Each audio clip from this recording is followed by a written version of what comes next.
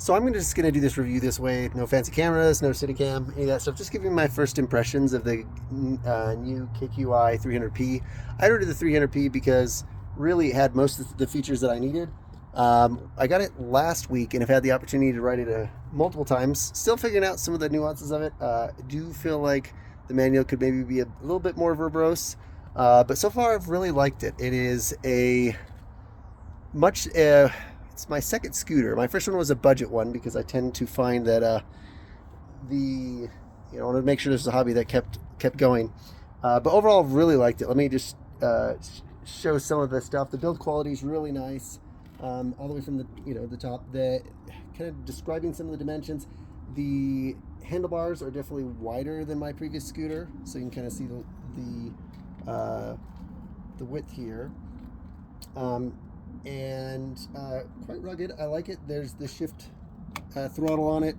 I must say that I like the push throttle better, but I am getting used to this over time. I've occasionally, as I get used to it, am running into situations where I will, after I help off, accidentally twist it unintentionally. So that's just me getting used to it. Obviously, there's other vehicles that have that. I love the daytime running light. I love the backlight on it as well, which you can see here. And it works really nice in making sure that you have the visibility as you're driving, particularly in low light situations. You can turn those off in the app, and also via control if you want to figure out the right button combinations to do it. The manual does have those outlined.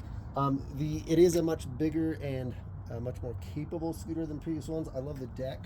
The deck is much, kind of just looking across here, the deck is much wider and more stable than ones I've had in the past.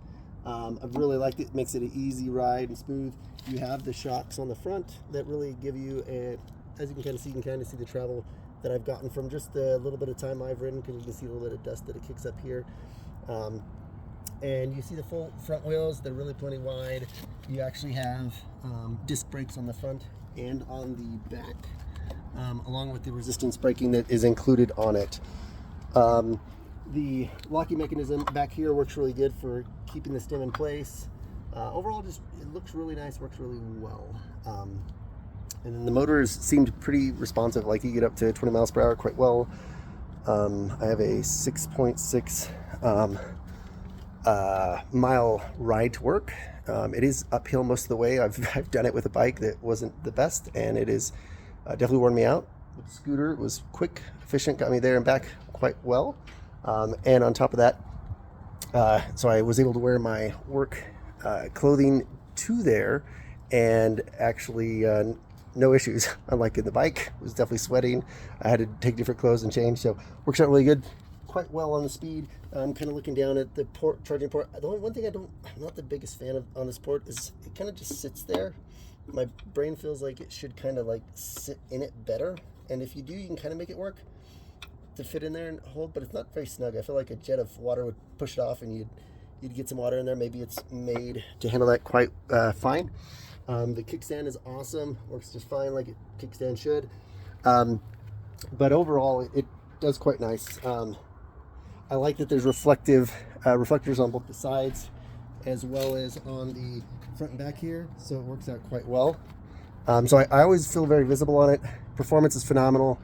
The range seems okay. Like I said, 6.6 on the way there, on the way back. I only charged it to 90% just to save the battery, and overall it did make it. On the way back, it was chirping at me pretty hard when I had about probably a mile left, mostly downhill, saying that the battery was low. So you can kind of see it's blinking away here on the last notch, telling me it's below 15%, I think is where it's sitting at right now. So far, I've been really impressed with the app. The app has been quite well. I've had to kind of search some stuff to get some answers that maybe aren't as intuitive in it. But overall, really have liked it. The bell is a little unique. I mean, I guess it's for getting people's attention. The turn signals are kind of there. I personally wish that you could turn off the beeping. Maybe I'll find that you can after a while. But I do like the idea of the blinkers if I need to get a little bit more attention for what I'm doing. Trying to think what else. Like I said, drive to work, 6.6 miles. You're looking at 13.2 miles when it was there at 90%. So I'm definitely going to be charging up to 100% when I take it all the way to work and all the way back, because it definitely slowed down at the end. I had over 15% of the, quarter of the battery. and it started slowing down. It started beeping at me pretty incessantly. I'm hoping I can turn the beep off because I don't really want to get yelled at when the battery gets that low. I can look at the display and tell it that way, so I'm going to spend some time trying to find it out. This isn't a comprehensive review. Once again, this is just my first impressions. I wanted to share what I'd seen. Should I have gone to the KQI 300X? Maybe the extra speed would have been a little bit nice. The distance, fine, but my work is going to probably be the farthest I go there and back, and technically I could probably bring the charge it up a little bit while I was there. So overall, really impressed with the scooter. Smooth ride. I feel like the safety features into it are really great, and it's a lot of fun to ride and just enjoy from here to there. So I guess I'll try and share more as I get more opportunities to give it a ride and get more of the features fleshed out. So I'll try and do an update in the future, but just my first impressions of the KQI 300.